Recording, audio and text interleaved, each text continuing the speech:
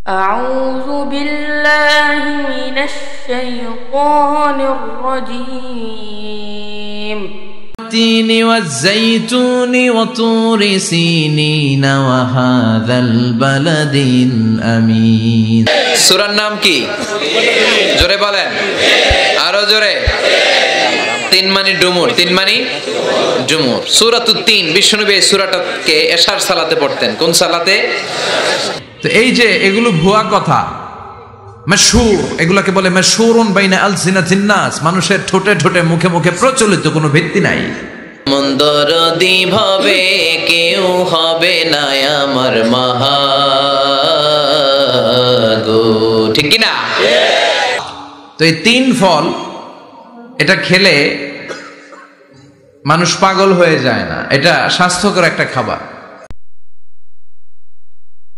এই সূরাতে আল্লাহ প্রদত্ত কয়েকটি নিয়ামত ও অনুগ্রহের দোহাই দিয়ে ঈমান ও সৎ কাজ করার নির্দেশ দেওয়া হয়েছে মায়ের এক ধারে দুধের দাম কাটিয়া গায়ের চাম সাইয়েদনা আদম আলাইহিস সালাম হাওয়া আলাইহিস সালাম জান্নাতের ভেতরে যখন উলঙ্গ হয়ে গেল লজ্জাস্থান ঢাকার জন্য জান্নাতের বিভিন্ন গাছের দিকে দৌড়ায় দৌড়িয়ে দৌড়িয়ে যেই গাছের পাতা দিয়ে তারা সেদিন লজ্জাস্থান ঢেকেছিল ওই গাছের নাম ছিল তিন গাছ কি গাছ ওই তিনের কসম কোরআনে কেটেছে কে ওয়াহাযাল বালাদিল আমিন নিশ্চয় আমি মানুষের চেহারাটারে আকৃতিটারে বড্ড চমৎকার আকৃতি দিয়ে তৈরি করেছি সুবহানাল্লাহ আলাইসাল্লাহু বিআহকামিল হাকিমিন এরপরে রব্বুল আলামিন বলেন ওয়া তুরি সিনিন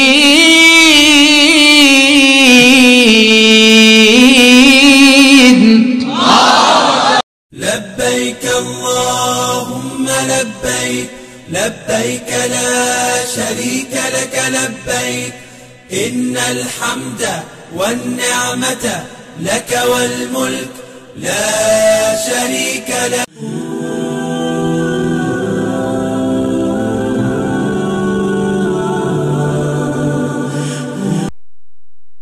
أعوذ بالله من الشيطان الرجيم بسم الله الرحمن الرحيم والتين والزيتون وطور سينين وهذا البلد الأمين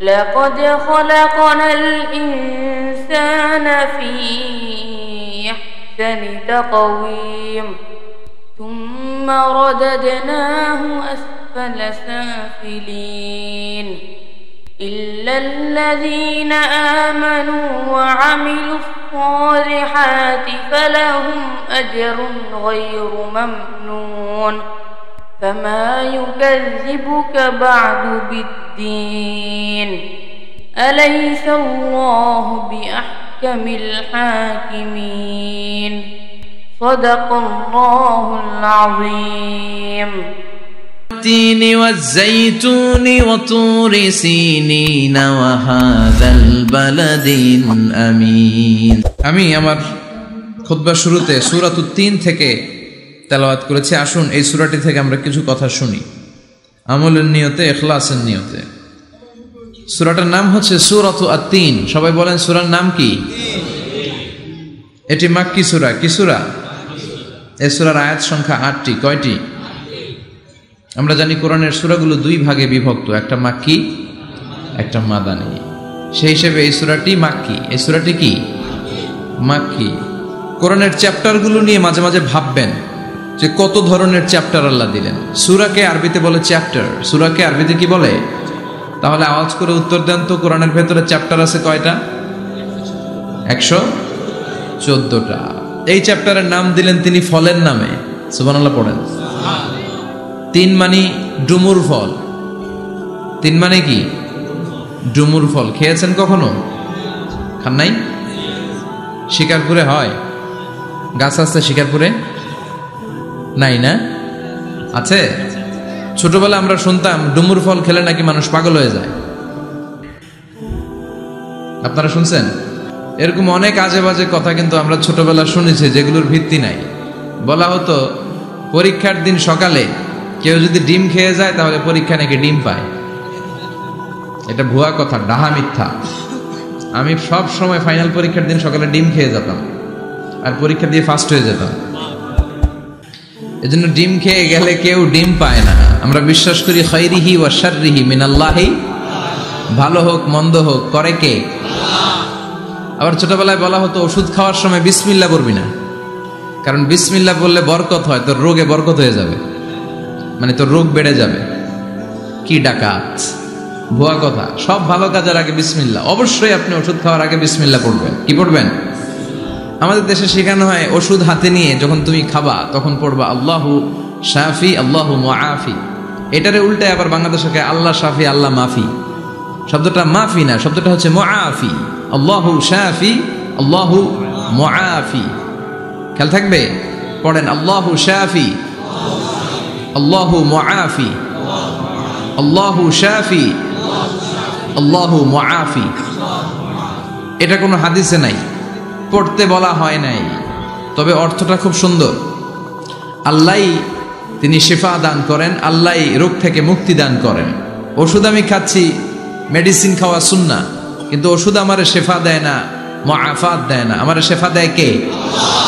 এই ঘোষণাটা, অ্যানাউন্সমেন্টটা বেশ ভালো, আপনি পড়তে পারেন, কিন্তু সুন্নাহ মনে করে না। এটা ভালো অর্থ, তাই পড়ি। আর বিসমিল্লাহ অবশ্যই পড়বেন। সব ভালো কাজের আগে কি? বিসমিল্লাহ। আল্লাহ বুঝার তৌফিক দান করো।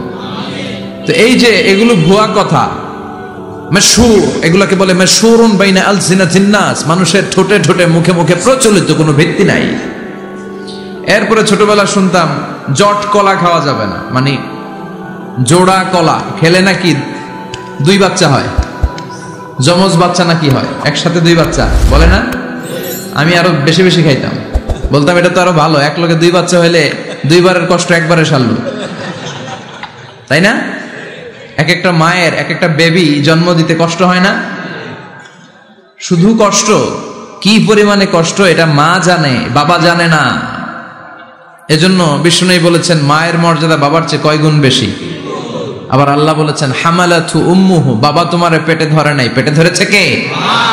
ওয়াহানান আলা ওয়াহান, ব্যথা কষ্ট জ্বালা পেইন বাবা সহ্য করে নাই, করেছে কে? অফিসালহু ফি আমাইন, 2 বছর তোমারে বাবা দুধ খাওয়ায় নাই, দুধ খাওয়ালো কে? মায়ের এক ধারে দুধের দাম, কাটিয়া গায়ের চাম, পাপস বানাইলেও ঋণের শোধ হবে না, এমন দরদি ভাবে কেউ হবে না আমার মাগো, এমন দরদি ভাবে কেউ হবে না আমার মাগো। ঠিক কি না? তো এই 3 ফল এটা খেলে মানুষ পাগল হয়ে যায় না, এটা স্বাস্থ্যকর একটা খাবার। বাংলাদেশের 3 আর আরব দেশের 3-এর পার্থক্য আছে। আরব দেশের 3 খুব সুস্বাদু। তো এই 3-এর নামে আল্লাহ একটা সূরা দিলেন, সূরার নাম হচ্ছে সূরাতুত তিন। সূরার নাম, অনেক কিছুর নামে আল্লাহ তাআলা কোরআনে সূরা দিয়েছে। ফলের নামে দিয়েছে, মানুষের নামে দিয়েছে সূরাতুল ইনসান মানে মানুষের সূরা, জিনের নামে দিয়েছে সূরাতুল জিন, প্রাণীর নামে দিয়েছে সূরাতুল বাকারা। আছে না নাই? বাকারা মানে কি? গাভী। গাভীর দুধ খান তো? বিষ্ণু বলতেন আলাইকুম বিআলবানিল বাকার, তোমরা গরুর দুধ খেও। ফাইন্নাহা তুরাম্মু মিনাল আশজার, কেননা গরুর দুধ সবুজ ঘাস পাতার নির্যাস। ফি লাবানিহা শিফা ও ফি লুহুমিহা দা, গরুর গোশতের ভেতরে আছে খালি রোগ, আর গরুর দুধে আছে শেফা। সুবহানাল্লাহ পড়েন। এজন্য গোশত খাবেন, অল্প খাবেন। এই যে আজকে অনেক গোশত খাওয়াইছে আমারে আমির ভাই, তাড়াতাড়ি মারার পদ্ধতি।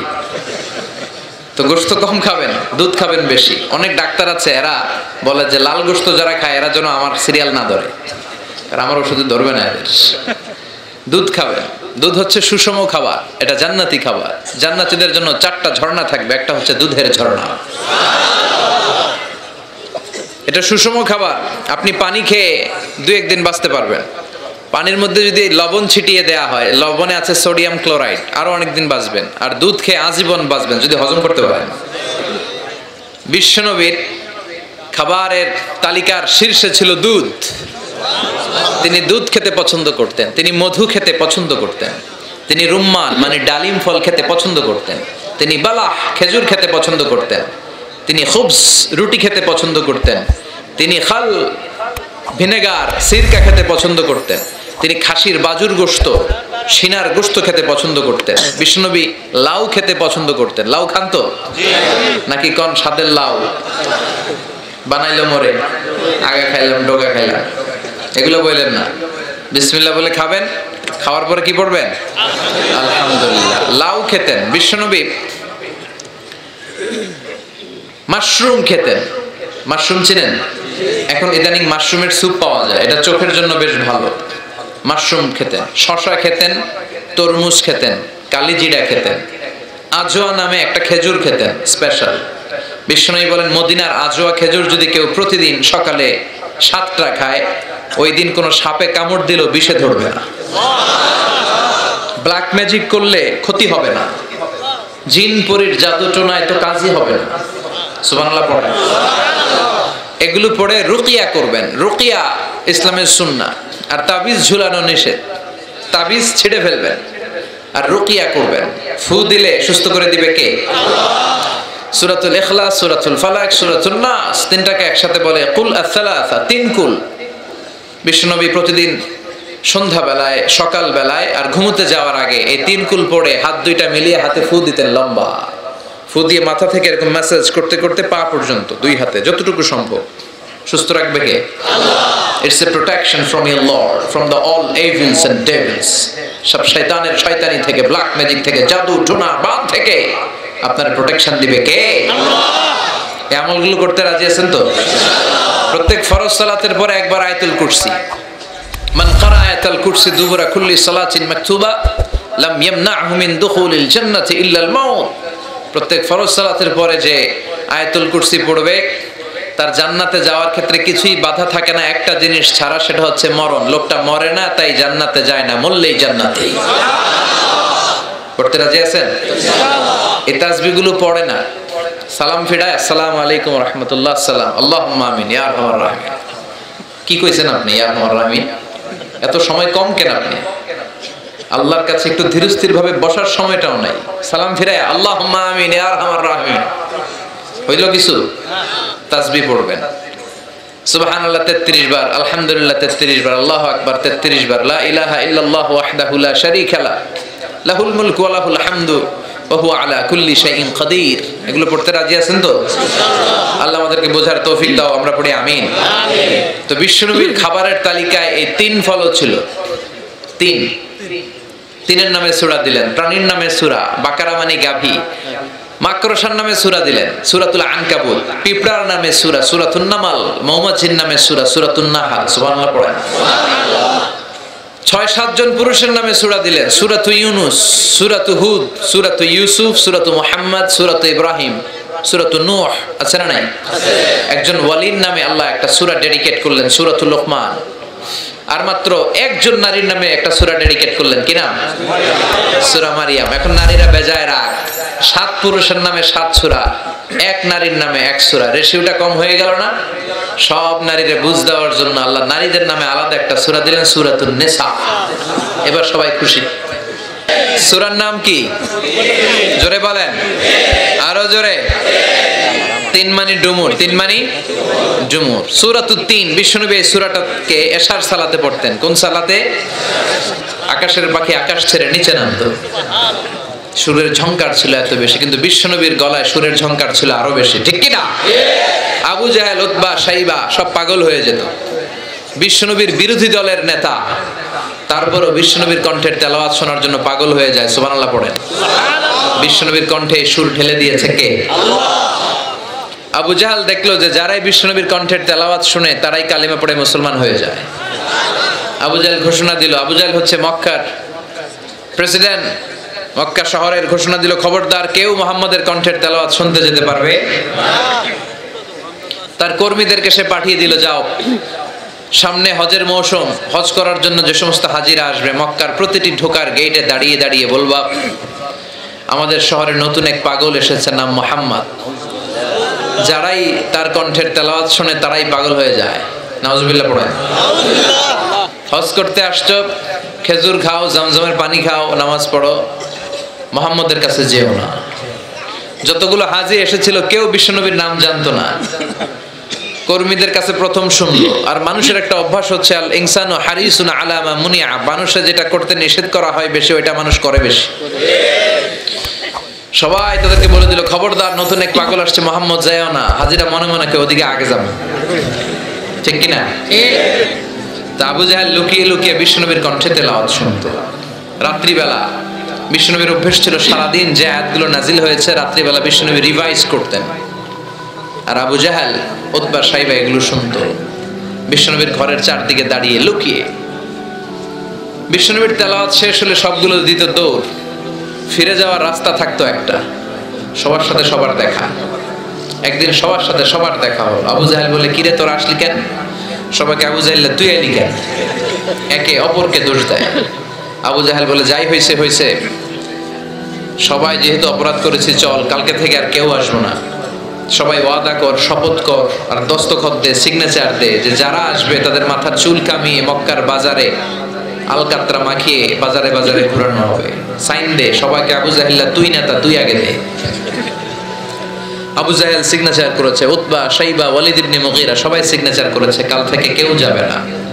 দিন গড়িয়ে রাত আসে, বিশ্বনবীর তেলাওয়াতের সময় হয়েছে, আবু জাহেলের তেলাওয়াত শোনার প্যারা উঠছে। সিরিয়াল যারা দেখে সিরিয়ালের একটা পেইন আছে না নাই? যখনই সিরিয়াল তার আধা ঘন্টা আগেই পেইনটা ওঠে, হায় হায় সব কাজ বাদ, আমার সিরিয়াল কই, সিরিয়াল আমরা দেখতে হবে, ঠিক কিনা? তো আবু জাহেল টসিং এন্ড টার্নিং, এপাশ ওপাশ করে আর মনে মনে কয় হায় হায় মুহাম্মদ তো শুরু করে দেবে একটু আগে, একটু পরেই শুরু হয়ে যাবে আমার সিরিয়াল। আহা কি মধুর কণ্ঠের তেলাওয়াত, না গেলে তো মিস হয়ে যাবে। মনে মনে ভাবে আজকে যে ধমক দিছি কেউ যাবে না, আমি যাই। সুবহানাল্লাহ পড়েন। উতবা, সাইবা, ওয়ালিদ ইবনে মুগীরা সবার একই চিন্তা, আবু জাহেল আজকে যেই ভাষণ দিছে কেউ যাবে না, আমি কেন যাব না, আমি যাই। এই ভেবে সব যে হাজির। চার দিক দিয়ে সবাই বৈশা বৈশা বিশ্বনবীর তেলাওয়াত শুনতে শুরু করছে। বিশ্বনবী যখন তেলাওয়াত শেষ করলেন সবগুলা দিছে দৌড়। ফিরে যাওয়ার রাস্তা কয়টা? আজকেও দেখা। সবাইকে কিরে আবু জাহেল, কিরে আবু জাহেলকে তোরাইছিস কে? ওরা বলে তুমি আসছো কেন? গুতাগুতি আছে না নাই? এই ঘটনা বলার উদ্দেশ্য হচ্ছে বিশ্বনবীর কণ্ঠে কি পরিমাণে সুর ছিল, না জানি কি সুরের ঝংকার তুলে তেলাওয়াত করতেন আমার প্রিয় নবী, ঠিক কিনা?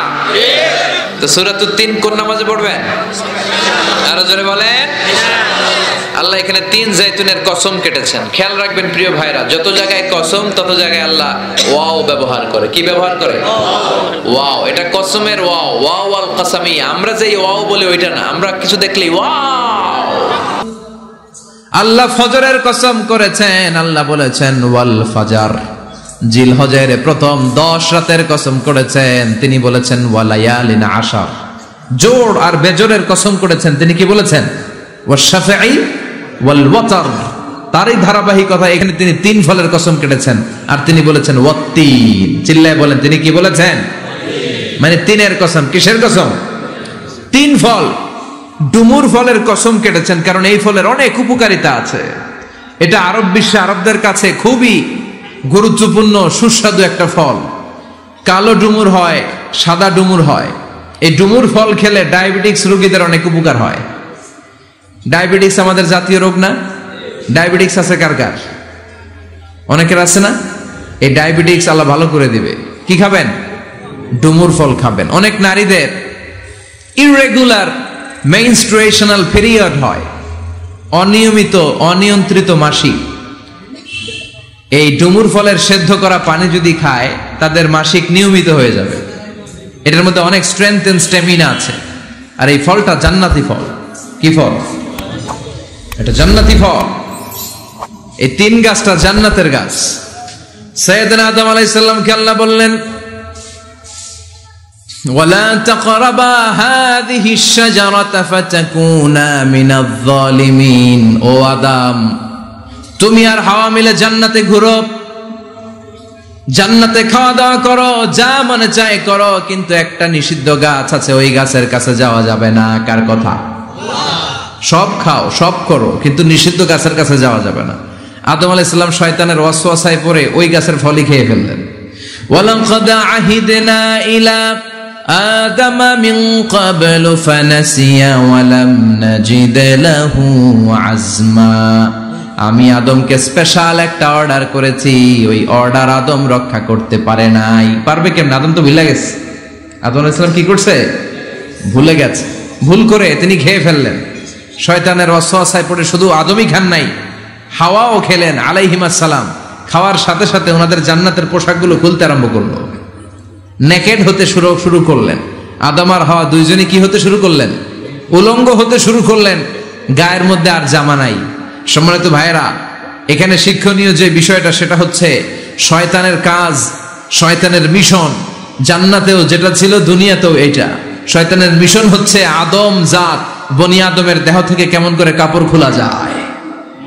সাইয়েদনা আদম আলাইহিস সালাম, হাওয়া আলাইহিস সালাম জান্নাতের ভেতরে যখন উলঙ্গ হয়ে গেল, লজ্জাস্থান ঢাকার জন্য জান্নাতের বিভিন্ন গাছের দিকে দৌড়ায়। দৌড়িয়ে দৌড়িয়ে যেই গাছের পাতা দিয়ে তারা সেদিন লজ্জাস্থান ঢেকেছিল, ওই গাছের নাম ছিল তিন গাছ। কি গাছ? ওই তিনের কসম কোরআনে কেটেছে কে? সেজন্য আল্লাহ বললেন ওয়াত্তিনি ওয়াজ-যাইতুনি ওয়া তুরি সিনিনা ওয়া হাযাল বালাদিল আমিন।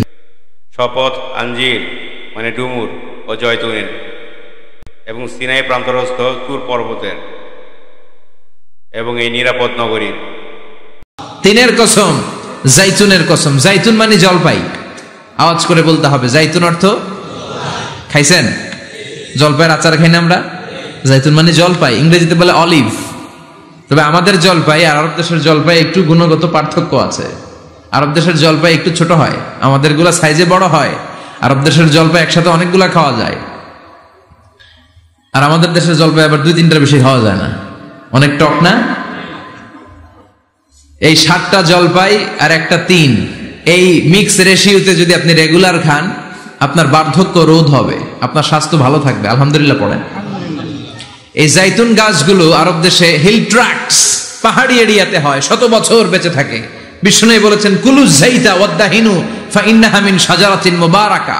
বিষ্ণু বললেন জাইতুনের তেল খাও, জাইতুনের তেল গায়ের মধ্যে দাও, জাইতুনের তেল মালিশ করো, জাইতুনের ভেতরে বরকত ঢুকায় দিয়েছে কে?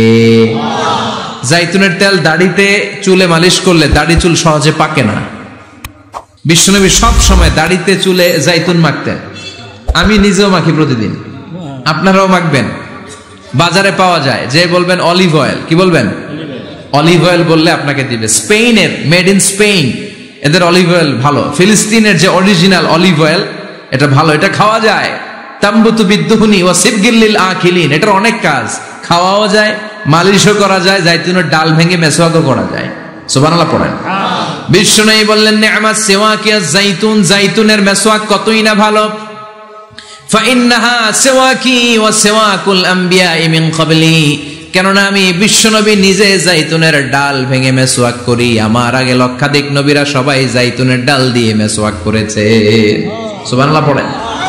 আপনার দেহের ব্যাড কোলেস্টেরলের লেভেল কমে যাবে যদি জাইতুন আপনি খান। দাড়িতে মাখবেন, চুলে মাখবেন, আবার সালাদের মধ্যেও জাইতুনের তেল দিয়ে খাওয়া যায় যদি এক্সট্রা ভার্জিন হয়। লেস দেন 1% অ্যাসিড দিয়ে এটাকে পিউরিফাইং করলে এটার বলে এক্সট্রা ভার্জিন। এরপর আরেকটা আছে ভার্জিন, 2% অ্যাসিড দিয়ে পিউরিফাইং করে। 3, 4, 5% অ্যাসিড দিয়ে পিউরিফাইং করলে ওটার বলে রিফাইন্ড পিওর, ওটা গায়ে মালিশ করবেন। বরকত আছে না নাই? এজন্য এই দুইটার কসম কোরআনে কেটেছে কে? এরপরে রব্বুল আলামিন বলেন ওয়া তুরি সিনিন,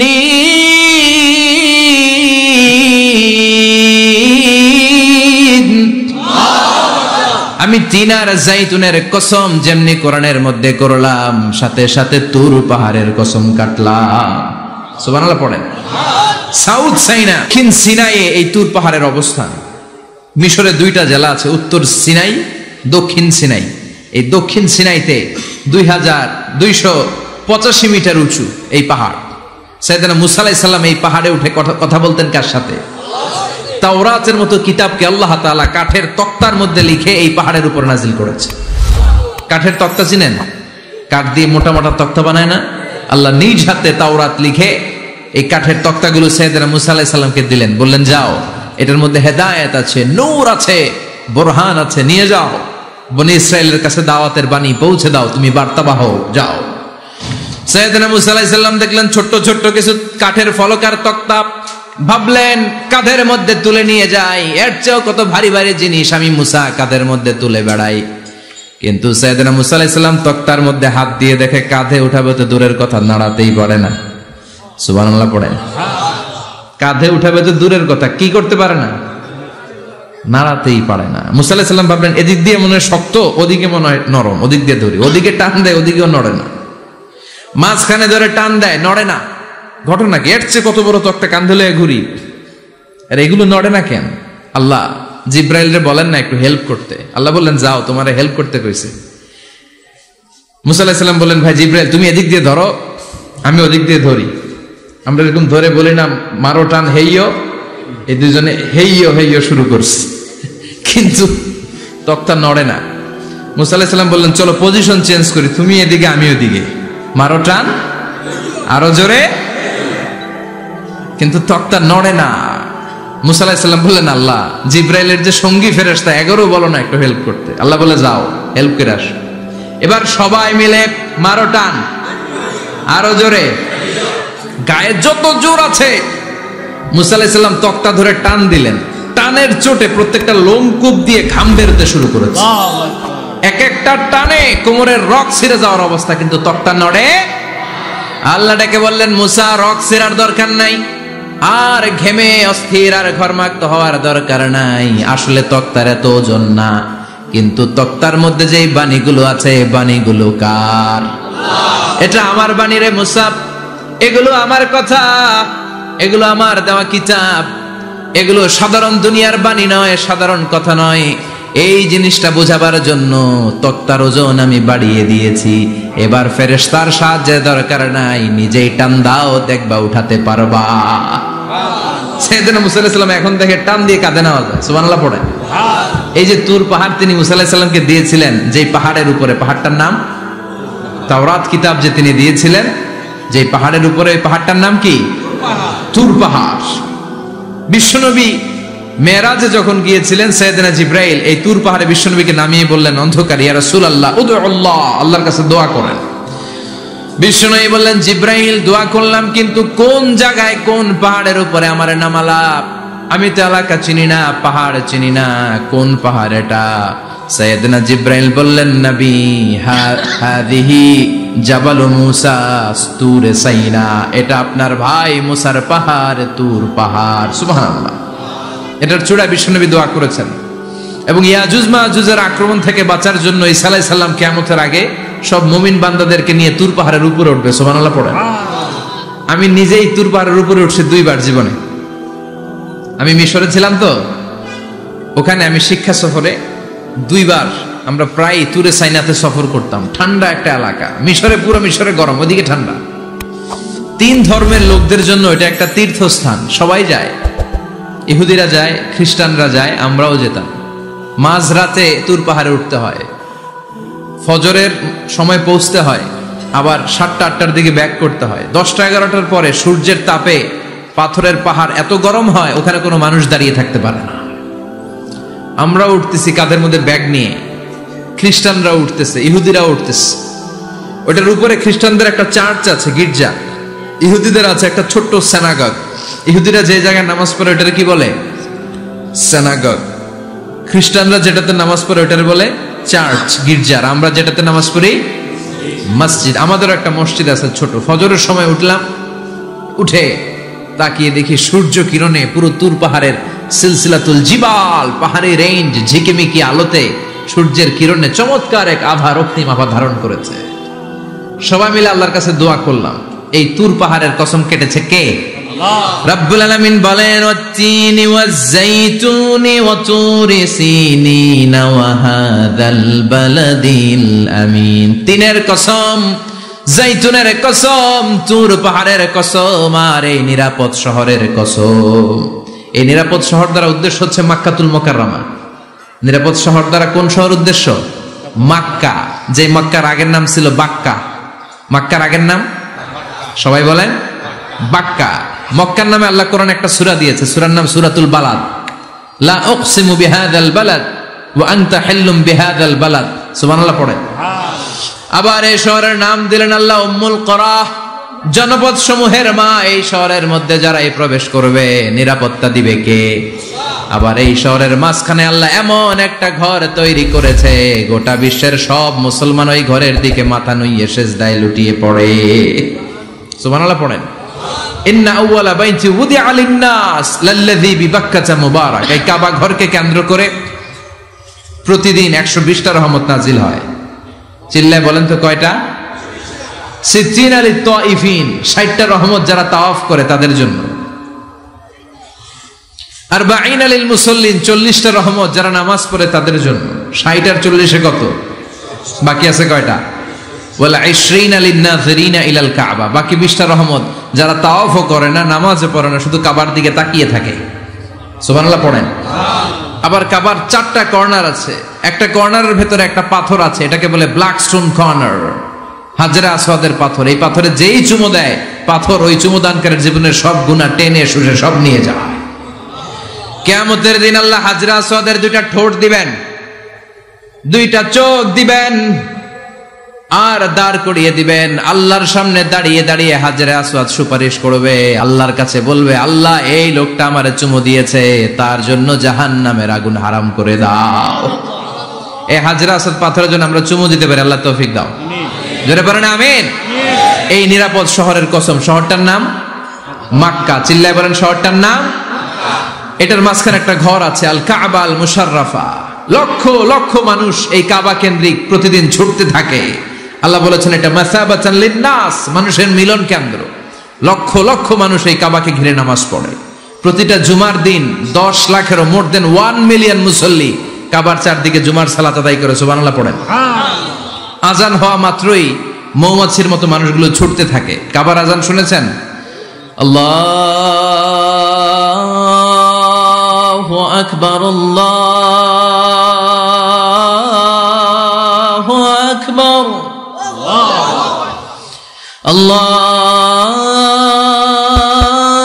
আল্লাহু আকবার,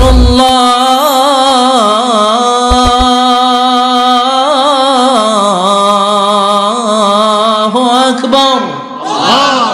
কি সুরেলা আজান, কাবার আজান। আজান হতে দেরি, আজান হতে দেরি। যদি 20-30 তলা হোটেলের কোনো ছাদ থেকে আপনি খেয়াল করেন, দেখবেন মৌমাছির মতো ডানে বায়ে সামনে পেছনে চারিদিক থেকে সারে আল হিজরা দিয়ে, সারে আজিয়াদ রোড দিয়ে, গাজ্জা দিয়ে, জারোয়াল দিয়ে, মেসফালা দিয়ে, ইব্রাহিম খালিলি দিয়ে মানুষগুলো কাবার দিকে ঢুকতে শুরু করেছে, ঠিক কিনা?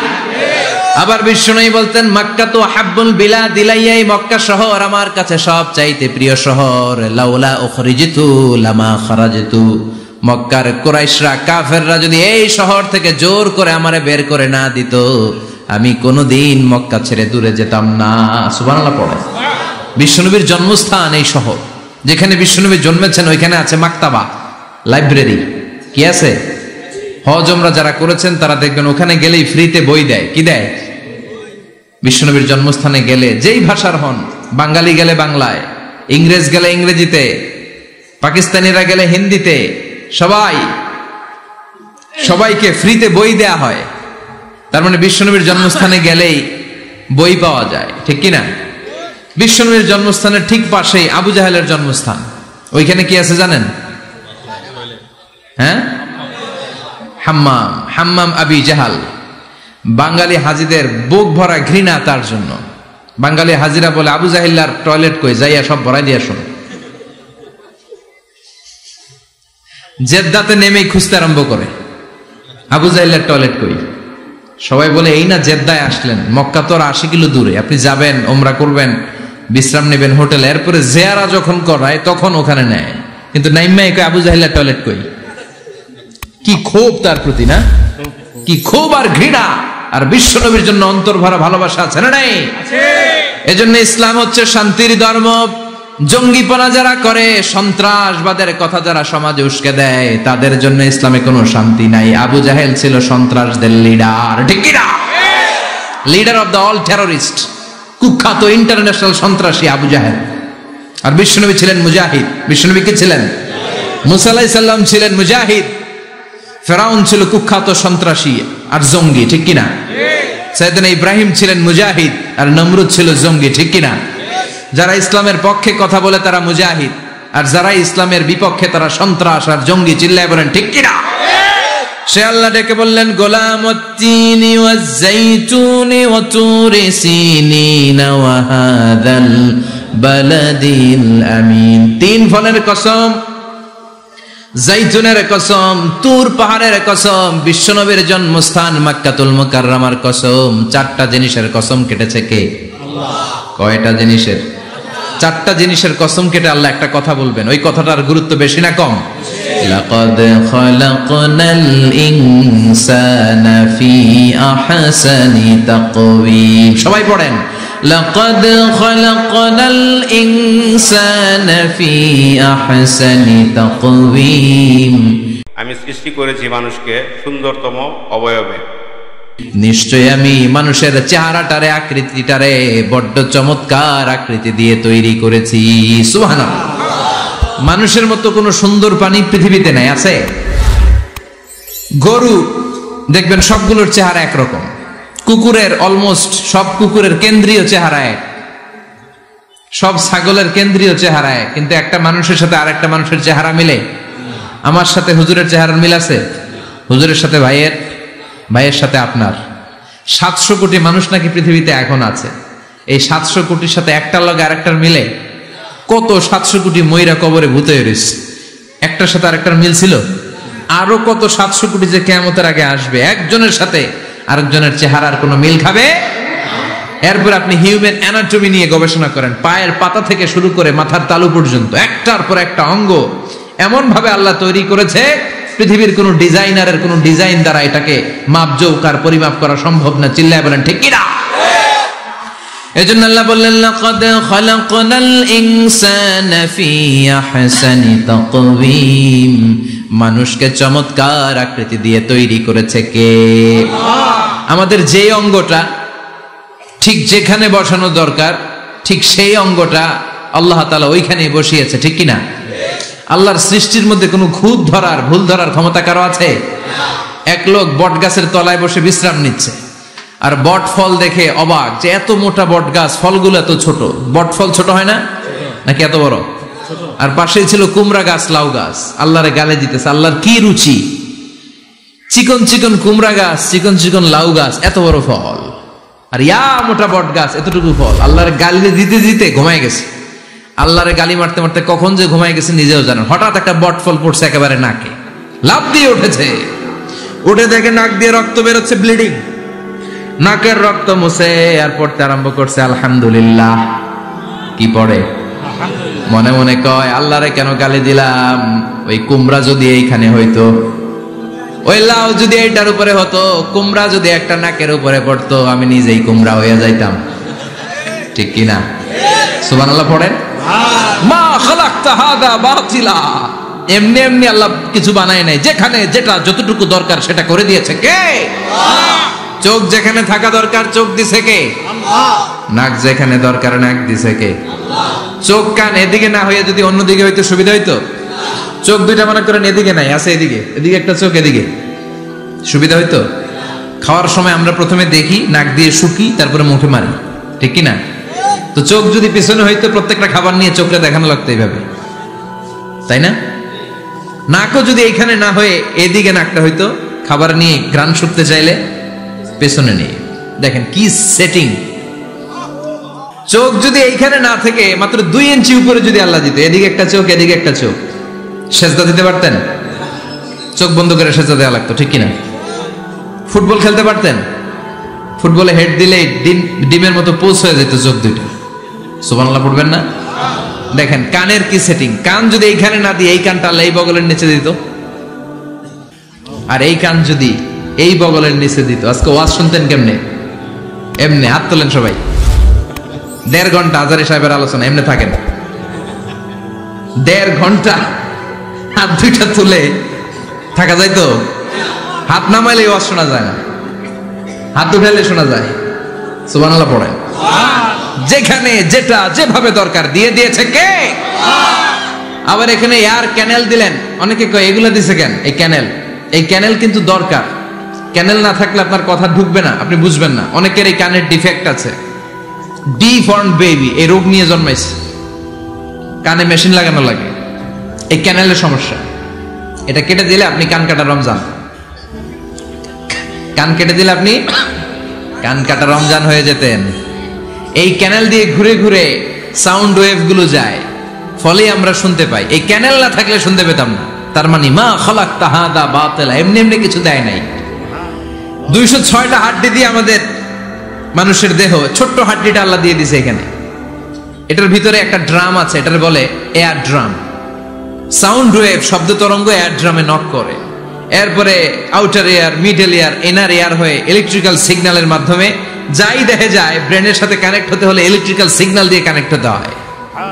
এই সাউন্ড ওয়েভ, শব্দ তরঙ্গগুলো ইলেকট্রিক্যাল সিগন্যাল দিয়ে ট্রান্সমিট হয়ে ব্রেনের হেয়ারিং নার্ভ, শুনবার যে স্নায়ু, ওইখানে নক করে।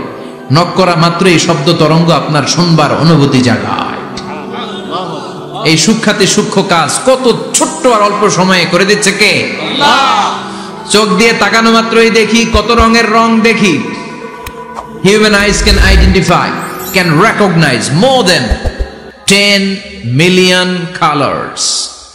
আমার কথা না, চক্ষু বিশেষজ্ঞদের কথা। মানুষের চক্ষু 10 মিলিয়নেরও বেশি রং, 1 মিলিয়নে 10 লাখ, 10 মিলিয়নে 1 কোটি, 1 কোটিরও বেশি ধরনের রং এই চোখ শনাক্ত করতে পারে। সাইজ মাত্র 2 মিলিমিটার। ছোট্ট এই চোখ দিয়ে এত কিছু দেখার সুযোগ দিয়েছে কে? এই দুটি চোখ দিয়েছি বলে দেখো যে কত অপরূপ নয়নাভিরাম, খেতে খামারের জোড়ায় জ্বালা বিধুর ধূপ, তোমারে দেয়া চোখের শুকুর জানাবো তারে ভাষা কই, যতই দেখি ততই যেন পলক ছাড়া চেরই। সুবহানাল্লাহ পড়ে। যতই দেখি ততই যেন পলক ছাড়া চেরই। এভাবে আমাদের দেহের প্রতিটি অঙ্গ সেট আপ করেছে কে? আল্লাহ। আল্লাহু আকবার। এজন্য রব্বুল আলামিন বললেন লাকাদ খালাকনাল ইনসানা ফি আহসানি তাকওয়িম, আমি মানুষকে চমৎকার আকৃতিতে তৈরি করেছি। সুম্মা রাদাদনাহু আসফালা সাফিলিন, অতঃপর তাকে ফিরিয়ে দিয়েছি নিচ থেকে নিচে। তারপর মানুষকে আমি আবার নিম্নমুখী করেছি। মানুষের সৌন্দর্যটা সব সময় থাকে না। এই যে যুবক অবস্থায় আমাদের কি সুন্দর চামড়া, কি সুন্দর দেহ, বয়স যখন 70-80 হবে এরকম থাকবে? কথা বলেন না। এই কালো দাড়িগুলো সাদা হয়ে যাবে, বয়সের ভারে মিজানুর রহমান আজহারি নুজ্জ হয়ে যাবে, লাঠি লাগবে। তখন স্টেজে উঠবে, হায়াতে বাসায় থাকলে লাঠি নিয়ে উঠতে হবে। কথা কন। আমার নানা ভাইরে দেখতাম গাড়িতে একটা লাঠি রাখতো, মরহুম পীর সাহেব গোলাম সাদেক সাঈদী, গাড়িতে সব সময় লাঠি। এই লাঠি নিয়ে গাড়ি থেকে বেরোতো, লাঠি দিয়ে সিঁড়ি বেয়ে উঠতো, মাঝে মাঝে আমরা ধরেও উঠাতাম। তো উনি কি এরকম ছিল না? একদিন ইয়াং তাগড়া যুবক, রং ধরা যৌবন, জং ধরে শেষ থাকে না।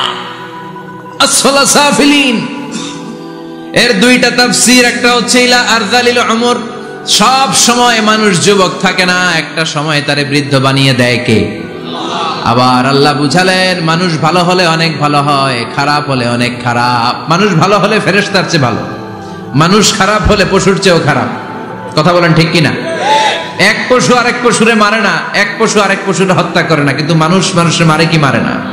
A lion never kills a lion, a dog never kills a dog, an elephant never kills an elephant. একটা হাতি একটা হাতিরে মারে না, কুকুর কুকুরে মারে না, কিন্তু মানুষ মানুষকে মারে কিনা? এজন্য আল্লাহ বললেন লাকাদ খালাকনাল ইনসানা ফি আহসানি তাকওয়িম সুম্মা রাদাদনাহু আসফালা সাফিলিন। ইল্লাল্লাযীনা আমানু ওয়া আমিলুস সালিহাতি ফালাহুম আজরুন গায়রু মামনুন। দুই শ্রেণীর মানুষের এই বিপদ নাই, যারা ঈমান এনেছে, সৎ কর্ম করেছে। কার কথা? তবে ঈমানটা হতে হবে নির্ভেজাল। ওই ঈমানে শিরকের কোনো ছিটেফোঁটা থাকতে পারবে? তাহলে ওই ঈমান আপনারে মুক্তি দিবে। চিল্লায় বলেন ঠিক কিনা? ওয়া আমিলুস সালিহাত, নেক কাজ করে, সৎ কাজ করে, ফালাহুম আজরুন গায়রু মামনুন, তাদের জন্য এমন প্রতিদান আছে যেটা শেষ হবে না। আমাদের জন্য সবচেয়ে বড় প্রতিদান হচ্ছে জান্নাত। মুমিনের জন্য সবচেয়ে বড় পাওয়া হচ্ছে জান্নাত। চিৎকার করে বলতে হবে, সবচেয়ে বড় প্রতিদান কি? মালিক তুমি জান্নাতে, তোমার পাশে আমায় একটি ঘর বানিয়ে দিও, একটি ঘর বানিয়ে দিও সে বিভীষিকাময় মহাদিনে, তোমার প্রতিবেশী করে নিও। মালিক তুমি জান্নাতে, তোমার পাশে আমায় একটি ঘর বানিয়ে দিও। পড়েন আমিন, চিল্লায় পড়েন আমিন। তার মানে যারা ঈমান আনবে, নেক কাজ করবে, তাদের হারাবার কিছু নাই। চিল্লায় কোন ঠিক কিনা? আমাদের হারানোর কিছু আছে? আমরা মল্লে শহীদ বাঁচলে, মল্লে শহীদ বাঁচলে, এজন্য ঈমানটা হতে হবে পাকা ঈমান। ঈমানদার কখনো পথ হারায় না। ঈমানদার ভরসা রাখে কার উপর? আপনি যদি ঈমানের পক্ষে থাকেন, কোরআনের পক্ষে থাকেন, ইসলামের পক্ষে থাকেন, আপনার উপর আযাব আসবে, গজব আসবে, বিপদ আসবে, নবীদের উপর যেমনি এসেছে। ঠিক কিনা? ঝুঁকি যদি আসে, ভয় যদি আসে, আপনার উপর আযাব যদি আসে, শাস্তি যদি আসে, অত্যাচার আসে, মুমিন কখনো ভয় পায়? কথা বলেন। মুমিন কখনো পথ হারায় না, মুমিন কখনো আশা ছাড়ে না। চিল্লায় বলেন ঠিক কিনা? কারণ মুমিন খুব ভালো করে জানে, রাত্রি যত গভীর হয়, সুবহে সাদিকের সময় কাছে আসতে থাকে। কথা বলেন। গর্ভবতী মায়ের পেটের ব্যথা যত বাড়তে থাকে, নতুন মেহমান আসার সময় কাছে আসতে থাকে। তেমনি ইসলামের পক্ষে যারা কথা বলে, ইসলামের পক্ষে যারা লড়াই করে, হকের ব্যাপারে যারা বাতিলের বিরুদ্ধে আপোষহীন, তাদের উপর যত অত্যাচার আসবে, ইসলামের বিজয়ের সময় কাছে ঘনাতে থাকবে। চিল্লায় বলেন ঠিক কিনা? সে আল্লাহ বললেন, ইল্লাল্লাযীনা আমানু ওয়া আমিলুস সালিহাতি ফালাহুম আজরুন গায়রু মামনুন ফামা ইউকাযযিবুকা বা'দু বিদ্দীন আলাইসাল্লাহু বিআহকামিল হাকিমিন। কিন্তু যারা বিশ্বাস স্থাপন করেছে, সৎকর্ম করেছে, তাদের জন্য রয়েছে অশেষ পুরস্কার। অতঃপর কেন তুমি অবিশ্বাস করছো কিয়ামতকে? আল্লাহ কি বিচারকদের মধ্যে শ্রেষ্ঠতম বিচারক নন? দূরে রাখে, তাদেরকে জিজ্ঞেস করেন, আমি কি শ্রেষ্ঠতম বিচারক নই? সব বিচারকের শ্রেষ্ঠ বিচারক কে? কার বিচারে কোনোদিন জুলুম হয় না? চিল্লায় বলেন। আল্লাহর বিচারে কেউ কোনোদিন ঠকবে? তিনি সবচেয়ে শ্রেষ্ঠতম বিচারক। আউযু বিল্লাহি মিনাশ শাইতানির রাজীম। বিসমিল্লাহির রাহমানির রহিম। ওয়াত-তিনি ওয়াজ-যাইতুন ওয়া তুরি সিনিন ওয়া হাযাল বালাদিল আমিন। لقد خلقنا الإنسان في أحسن تقويم ثم رددناه أسفل سافلين إلا الذين آمنوا وعملوا الصالحات فلهم أجر غير ممنون فما يكذبك بعد بالدين أليس الله بأحكم الحاكمين صدق الله العلي العظيم। এই সূরাতে আল্লাহ প্রদত্ত কয়েকটি নিয়ামত ও অনুগ্রহের দোহাই দিয়ে ঈমান ও সৎ কাজ করার নির্দেশ দেওয়া হয়েছে।